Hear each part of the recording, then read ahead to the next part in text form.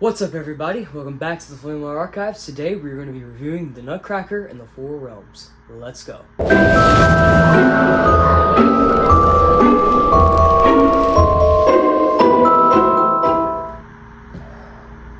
What did I just watch? What did you guys make me watch?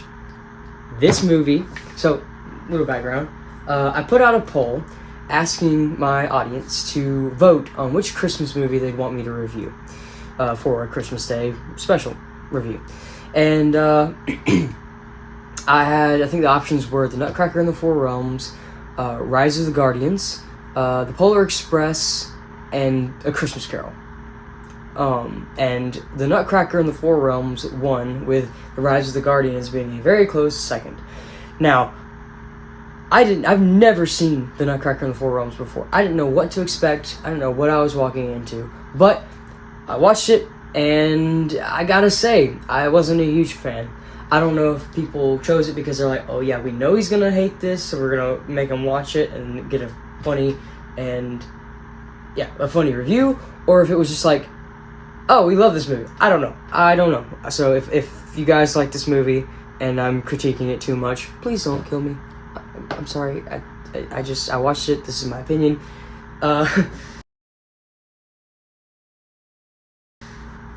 let's start off with the main character, Clara the Science Girl. She doesn't really have any flaws.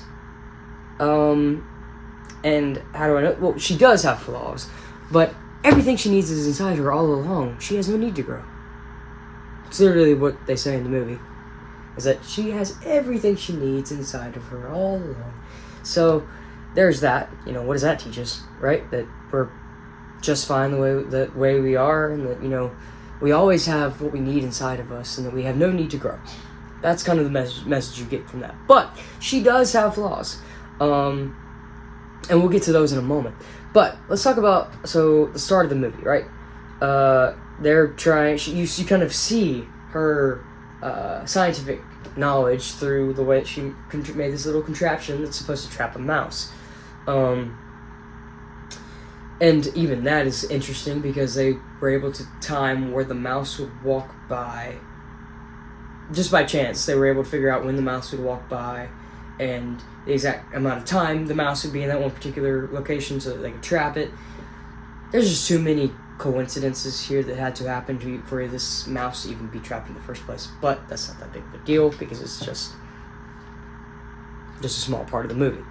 Although, the maid did say she's not cooking mouse because there's too many bones, indicating that she may have cooked mouse before. Just a thought. I don't know. That was my thinking when I saw that.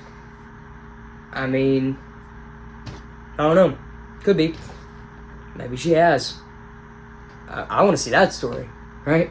She cooked mouse before? Like, what was the situation there? You know what I'm saying? So, we have a little bit of family drama going on. The mother is dead, just like in every Disney movie. And then there's some family conflict, right? The father is almost in denial of the death of his wife and his children's mother. Kind of, you know, not really accepting it that it's happened. That's just kind of the vibe you get from him. The oldest sister is worried about her father because he's in denial of his wife's death, and because of that, he's kind of distant, and it's just there's a lot of things that are happening. So the older sister, being a mature and decent human being, is actually concerned for the well-being of her father, but not Clara. Clara is sad and has hidden herself away from the world. She starts off as a rather selfish character who really isn't worried about anybody else in the family, just herself. And I don't know, that seems a little bit, I don't know. She's only worried about her own emotions and not thinking about the well-being of her father. She's actually mad at her father, for the way that he's grieving. It's all sad, very sad. And again, this would be fine. It's okay to have a character that is deeply flawed, a main character that is deeply flawed. Don't hear me saying that. It's just that when you have a main character that is deeply flawed, and then the main lesson of the movie is you have everything you need already in here, then what does that teach people? It teaches them that despite whatever flaws that they have, that whatever they need to overcome those flaws can only come from in here, which is not true. We need other people. We need to be selfless, not selfish. I mean, there's so many problems with that lesson of everything you need is in here. I mean, it's like saying you're perfect just the way you are. No, nobody's perfect just the way they are. There's always the opportunity to grow. Now, let's look at this. So, we have a very loose idea of the family drama, right? We know that the mother has died. We see kind of how the father is grieving, but there's just a whole lot that we're not told.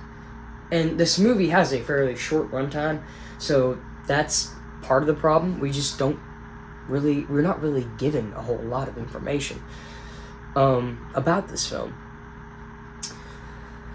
Now, let's get on to the next section of the plot.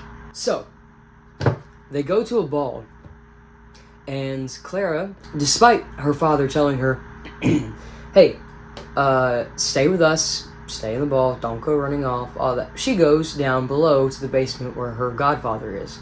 And he's like a scientist himself, an engineer. And her mother, Clara's mother, was this man's apprentice at one point, and she was apparently very smart. So you start to see, okay, here's a little bit of the dynamic between Clara and her mother. There was a very close and tight-knit dynamic. I mean, they were kind of the same person in a way. But a little bit later, Clara's father gets mad that she ran off when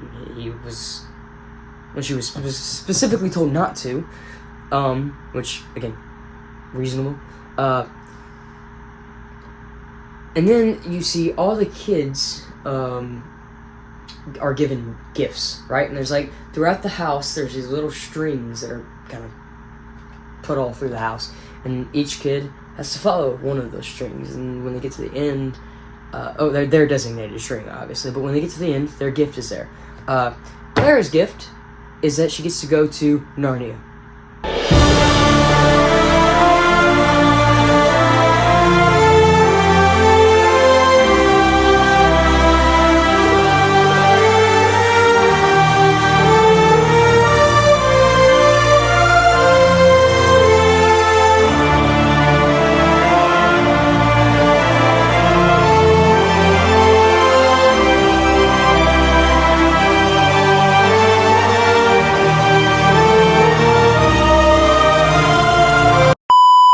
But she walks into this snowy forest, and she meets a Nutcracker, and I couldn't, maybe this was because I made a Narnia joke earlier anyway, but I couldn't help but see some resemblance in the meeting of the Nutcracker and Lucy meeting Mr. Tumnus, because he's the Nutcracker is like, who's there, and or who are you, and she says something like, it's just me, and he's like, oh, hi, just me, and like almost like that's her name.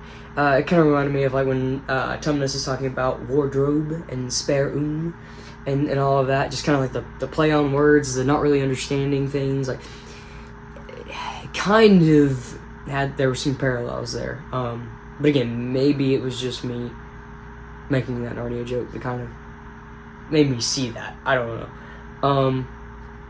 Also, I gotta say, the acting in this movie isn't the best. It's kind of bad at times. Specifically, the guy who played Philip, I think is his name. Let me look at my notes here. Yeah, Captain Philip. He has the emotional range of a potato. I mean, he has one... I don't think his voice like vocal, right? I don't think it changes much at all in this film. Like he's just using the same like voice volume, same kind of facial expression. He's not very emotional. Now I don't know if that's like, okay, we want him to be a Nutcracker, so he's gonna be very like stiff, and I don't know, but you want him to be able to connect with characters. They have to have some level of emotion. Or if not emotion, if he doesn't have this like super wide range of emotion, he needs to have a little bit of quirkiness, maybe some humor. I don't know. He felt like a very bland character that was just kind of there. And it just kind of took away any, likability from him. He was just kind of there.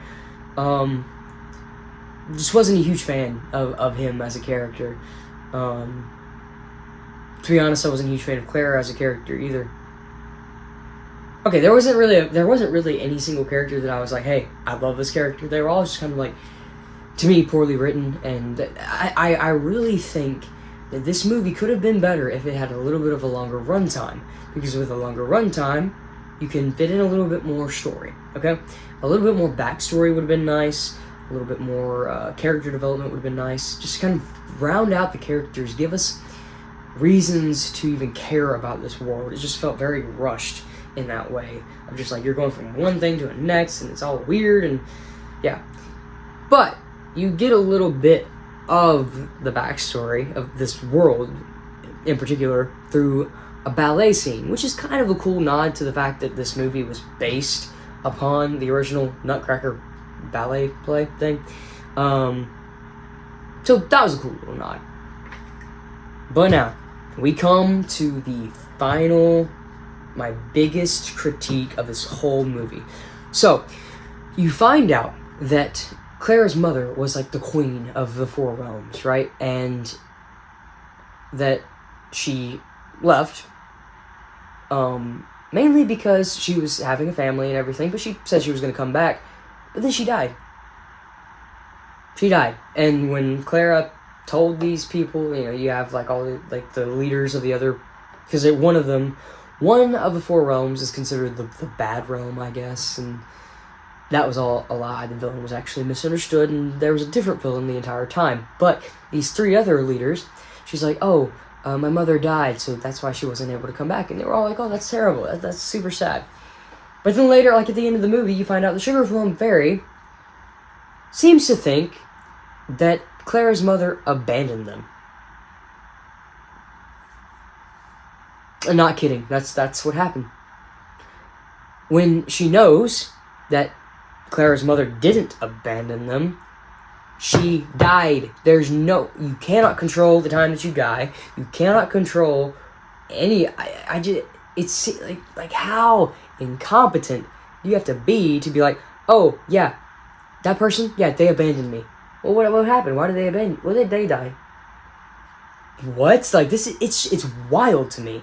Like it was honestly like I laughed out loud when that scene happened, because I was like, this is the dumbest. Hey, guess what? I'm the bad guy moment in history. Like it really was. I don't know.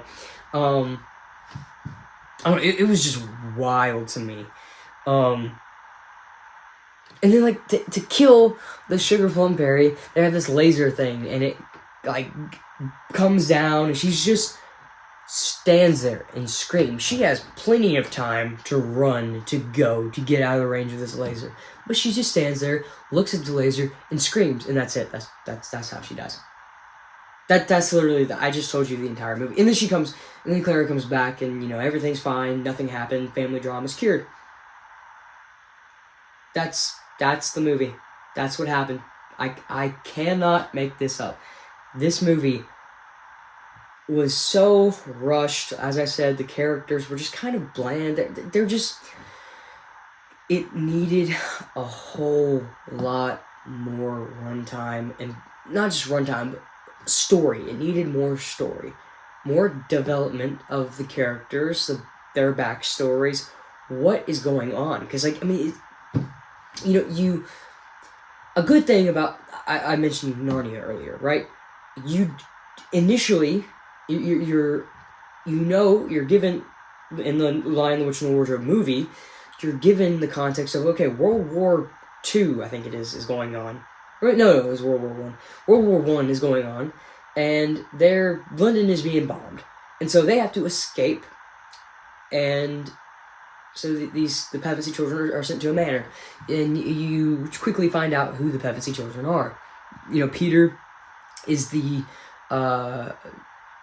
the big brother. He tries to be the leader. He's kind of cocky, and then Edmund is, of course, the one he's just a brat. He's rude to everybody. Lucy is just this childish girl that, everybody thinks she's making things up when she starts talking about Narnia. And Susan is the smart one and thinks she's always right. So you initially see each individual flaw, and then each character overcomes those flaws throughout the course of the movie. And alongside that, you slowly learn more about their backstories. You slowly learn more about the world of Narnia and the setting. Why is the White Witch doing what she's doing? You learn all of that in the movie, and it's a longer film. It's like 2.5 hours, I think, if I remember right.